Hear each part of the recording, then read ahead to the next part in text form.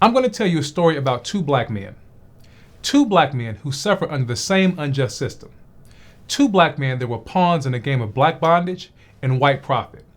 These black men were enslaved in a system that kept black people in slavery for 40 years after emancipation.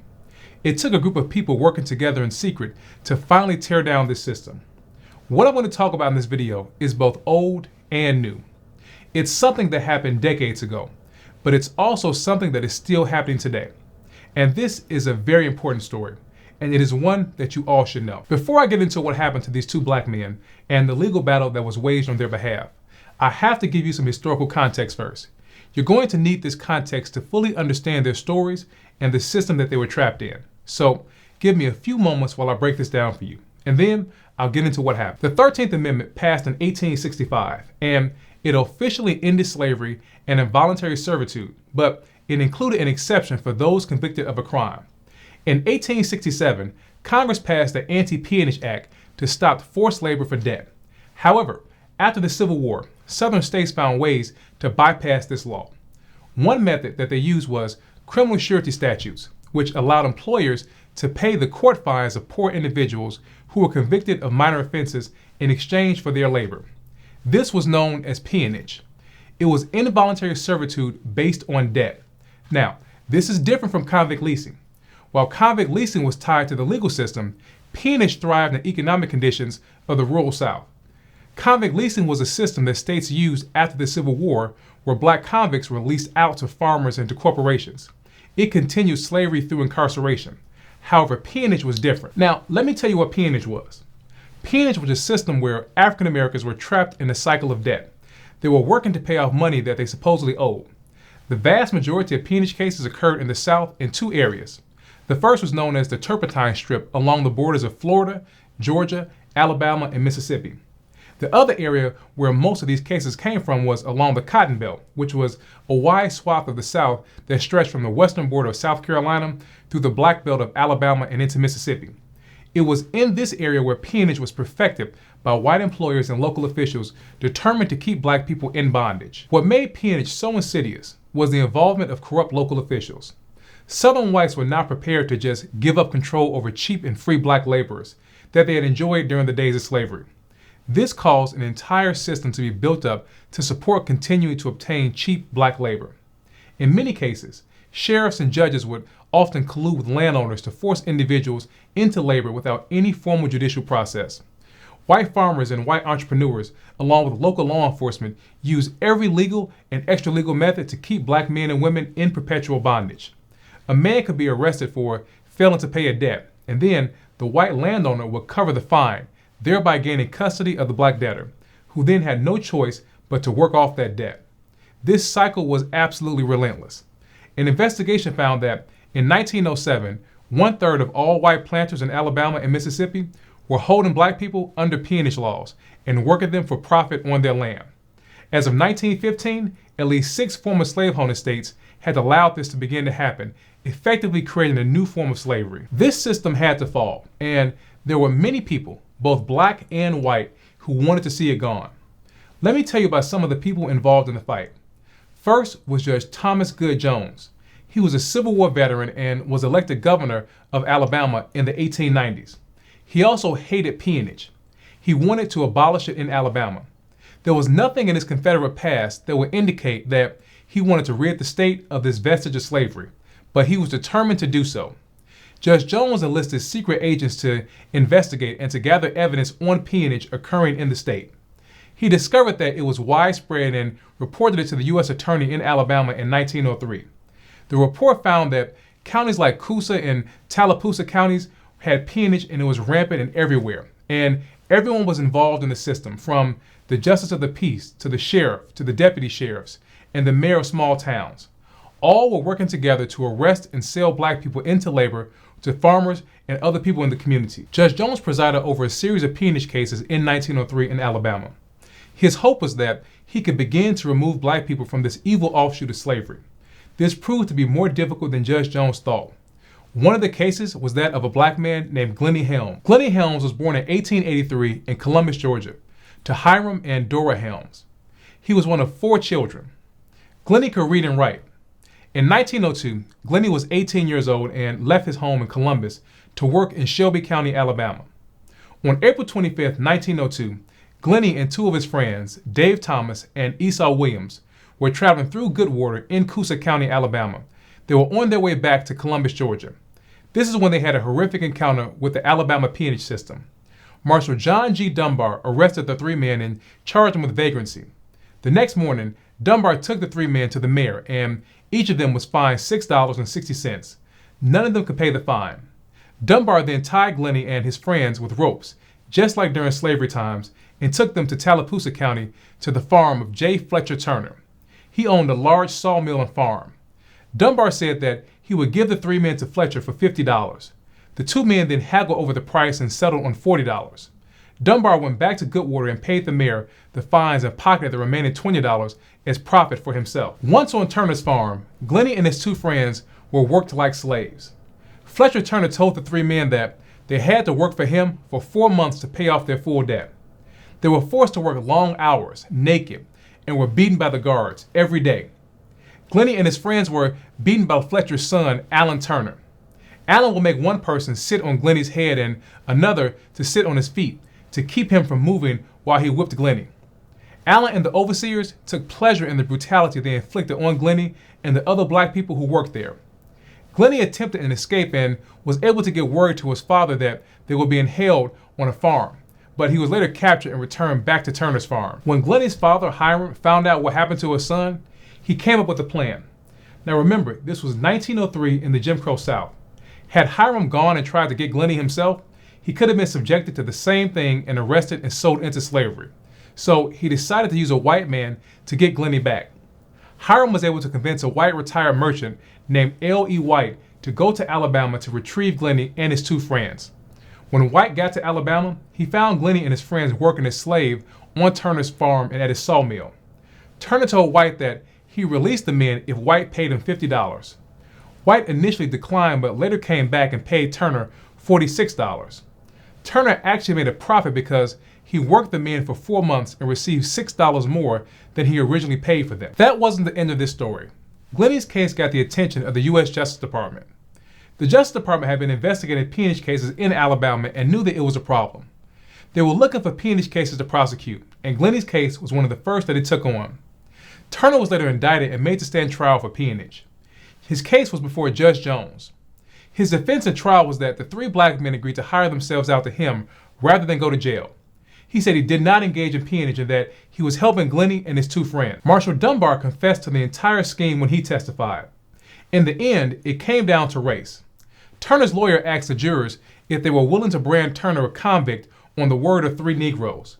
Judge Jones thought that this was a rock-solid case for conviction and this would be the first step in ending peonage in Alabama. He was wrong. After deliberating for several days, on July 13, 1903, the jury was deadlocked and unable to reach a verdict. They were split at 7-5 in favor of conviction. But that's not the end of the fight to bring down peonage in Alabama. A new cast of characters entered to help continue this fight. The two most important figures were famed educator Booker T. Washington and a black laborer named Alonzo Bailey. Booker T. Washington and Alonzo Bailey never met, and they lived vastly different lives. Washington was the founder of the Tuskegee Institute. He was an educator and was respected by presidents and prominent people. Alonzo Bailey was a farm laborer who lived on the bottom rail of society. Injustice was the order of the day for him. Despite this, Booker T. Washington did not see the differences. He only saw the injustice. The injustice of peonage and slavery that Alonzo and countless of the black people were facing, and he wanted to do something about it. Many people have criticized Booker T. Washington as being an accommodationist, but that would not be a fair characterization of him. And his secret work on the Alonzo Bailey case highlights his commitment to uplifting black people out of slave conditions. Booker T. Washington hated peonage, and he wanted to put an end to it. He felt that it was keeping black people in slavery, and it wasn't just Booker T. Washington and black people that hated the system of peonage slavery. There were countless whites in Alabama who also disliked it. One of them was a man named William H. Thomas. He was a city court judge in Montgomery. Judge Thomas had tried to strike down the Alabama peonage law once before in 1903 by declaring it unconstitutional, but the Alabama Supreme Court overruled him. Judge Thomas did not give up his fight on trying to end peonage in Alabama, and to have the law declared unconstitutional. And when the Alonzo Bailey case came before his court in 1908, he believed that he had found the right case to challenge the law, and he told Booker T. Washington about it. On December 26, 1907, Alonzo Bailey signed a labor contract with a man named Hartwell C. Borden. He was the manager of the Riverside Company. Borden saw nothing wrong with what he was doing. Like many whites that used peonage against black people, Borden descended from a slave-owning family in Alabama. Borden was born in 1867, 2 years after the 13th Amendment had abolished slavery in Alabama. But his father, Joseph Borden, and his grandfather, Benjamin Borden, owned slaves. This is a record from the 1850 slave schedules showing that the Bordens owned 34 slaves, ranging in age from newborn to 86 years old. The contract that Alonzo signed stated that Alonzo agreed to work as a farm laborer for a year at the Scotts Bend place in Montgomery. The contract advanced him $15 up front, and he was to repay that $15 at a rate of $1.25 a month from his $12 a month salary. Alonzo worked for 1 month and 3 days, and then he stopped working. We don't know the circumstances for him leaving, but what we do know is that the conditions for black laborers mirrored that of slavery during those times. And what Alonzo faced would not have been easy for anyone. But the very fact of him leaving the farm without paying the money back meant that he intended to defraud the Riverside Company under Alabama law. Alonzo was arrested and charged with violating the false pretenses law. The contract law that Alonzo was arrested and prosecuted under had been on the books in Alabama since 1885. It was called the False Pretenses Act. It made it legal for a laborer to sign a contract, get advance money, and then leave a job without repaying it before that job was completed. Any violator was to be punished as if he had stolen the money. This law, as it was passed in 1885, rested on the intent element of the crime. What that means is that the laborer had to have intended to defraud the employer, and if intent could not be proved, he could not be found guilty. This caused problems for white farmers, and in a series of cases in the 1890s, laborers used this to win cases that were brought against them.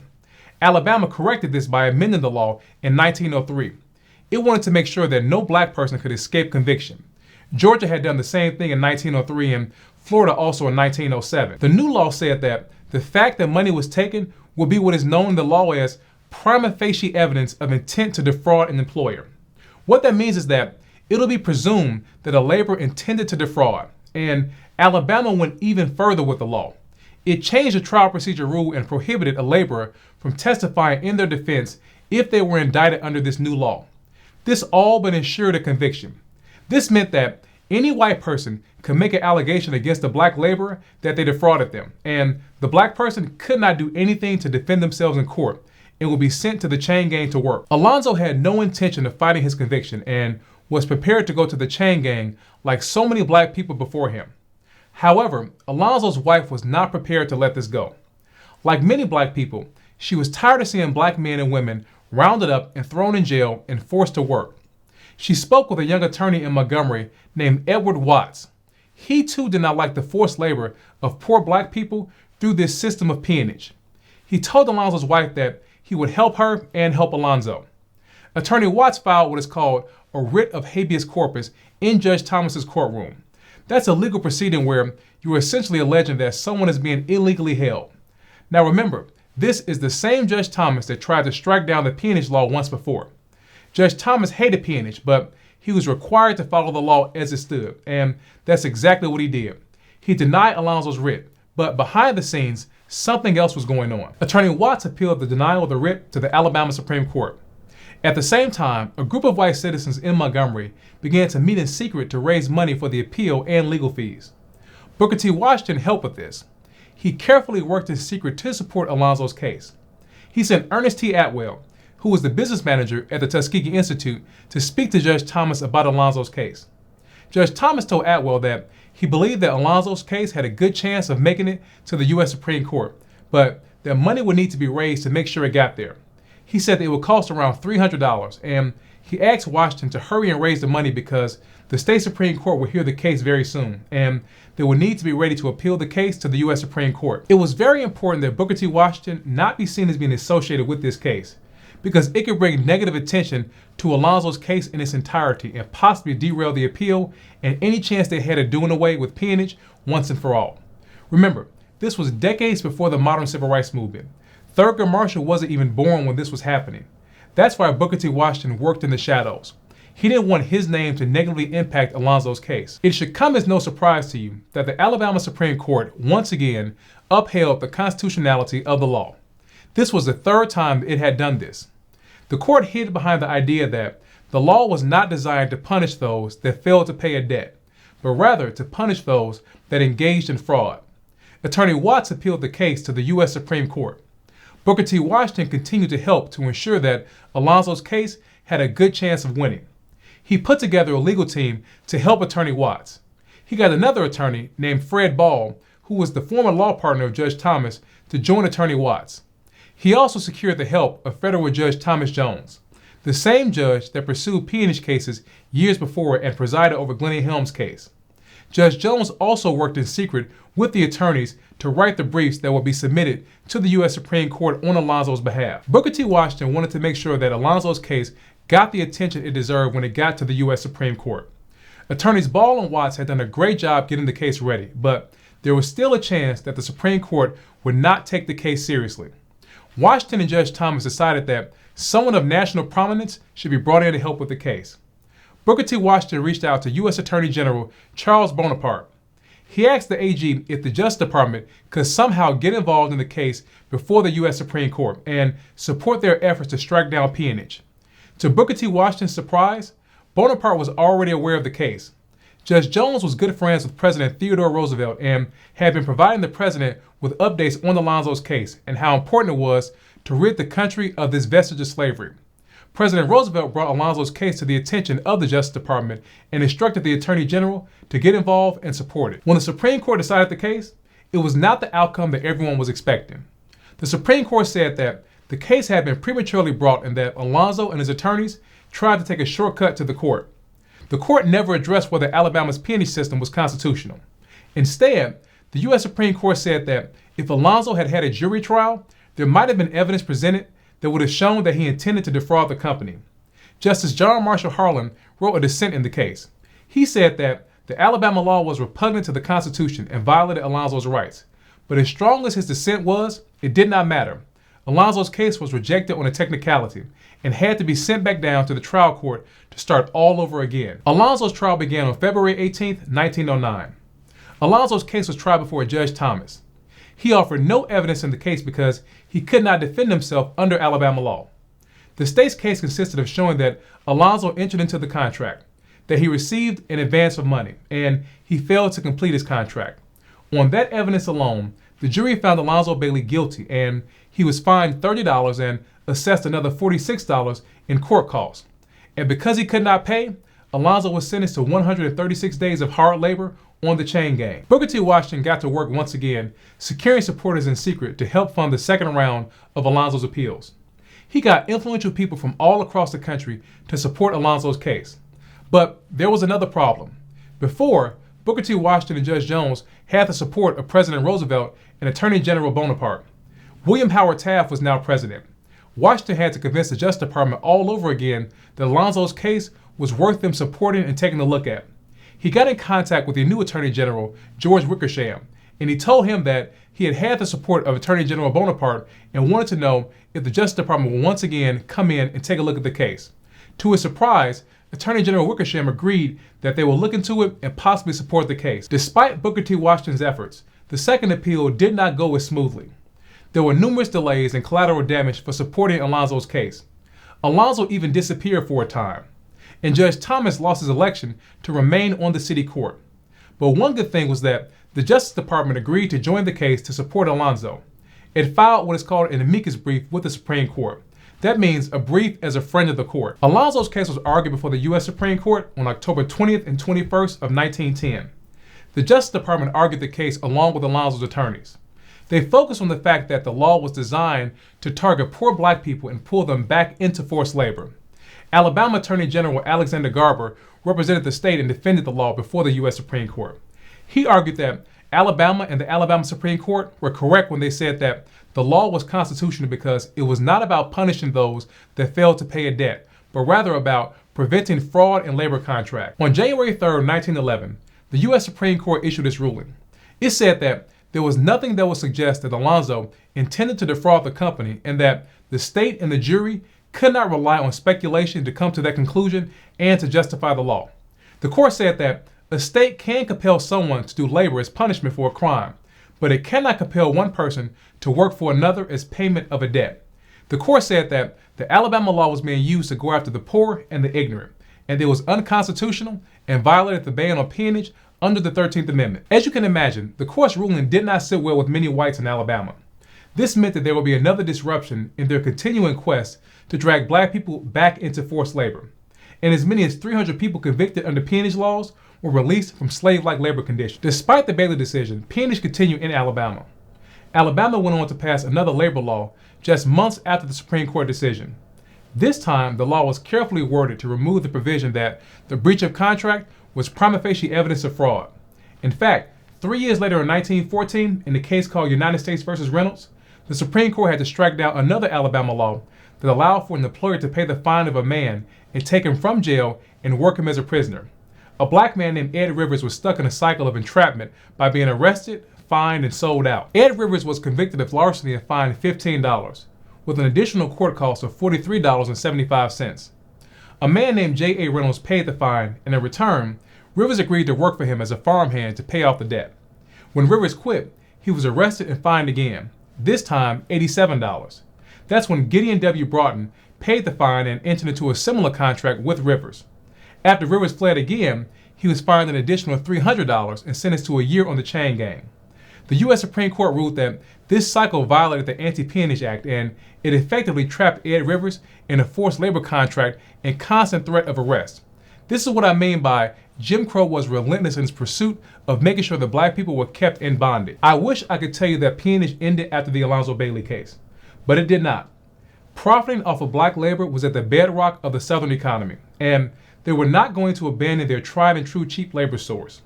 Southern states simply adapted their laws to avoid constitutional challenges. South Carolina and Mississippi and North Carolina all made changes. These changes were not aimed at preventing peonage, but rather at making it harder to prove peonage. There were many court cases that came after the Bailey decision that continued to raise the issue of black people being subjected to slave-like conditions under peonage. Too many to discuss right here. But that's not what I want you to focus on. What I want you to take away from this video is how the law has been twisted and contorted against black people at every turn. Records indicate that Glenny Helms wanted to marry a woman named Jessie Hunt in 1908. Glenny died in 1923 at the age of 38. It's not clear what happened to Alonzo Bailey, but both Alonzo and Glenny, and so many more, are black people whose names deserve to be remembered. They lived and suffered under a system that did everything it could to keep them in bondage. Being black during those times is something that not many can truly comprehend. Black history cannot be boiled down to a hashtag and t-shirts. It can't be summarized and put into short and tolerable bits of information during 1 month of the year. The number of barriers that were put in place to capture, enslave, demean, and relegate black people to second-class citizenship are endless. Ask yourself this: what does it do to a people to endure slavery for centuries? And when freedom comes, it's not freedom at all. It's a new form of slavery. It's more bondage, more suffering, more injustice. Slavery, black codes, convict leasing, peonage, lynching, Jim Crow, and segregation. That was black life. Real black people were born, lived, and died in those conditions. Now ask yourself this: how does a group of people move forward with that history? Do they thrive and prosper as if nothing ever happened to them? Or do they struggle under the weight of oppression that has been put upon them? When people say that slavery was a long time ago, or that no one is being hung from trees right now, I say that might be true, but that's not the question. The question that should be asked is, what does it do to a people who have endured all of that and presently live with that knowledge, that the law and the institutions have always been changed to their disadvantage?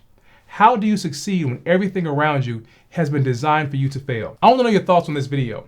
Had you ever heard of peonage or Alonzo Bailey, and how did it make you feel learning about this system that was designed to keep black people in slavery? Leave me a comment down below and let me know your thoughts.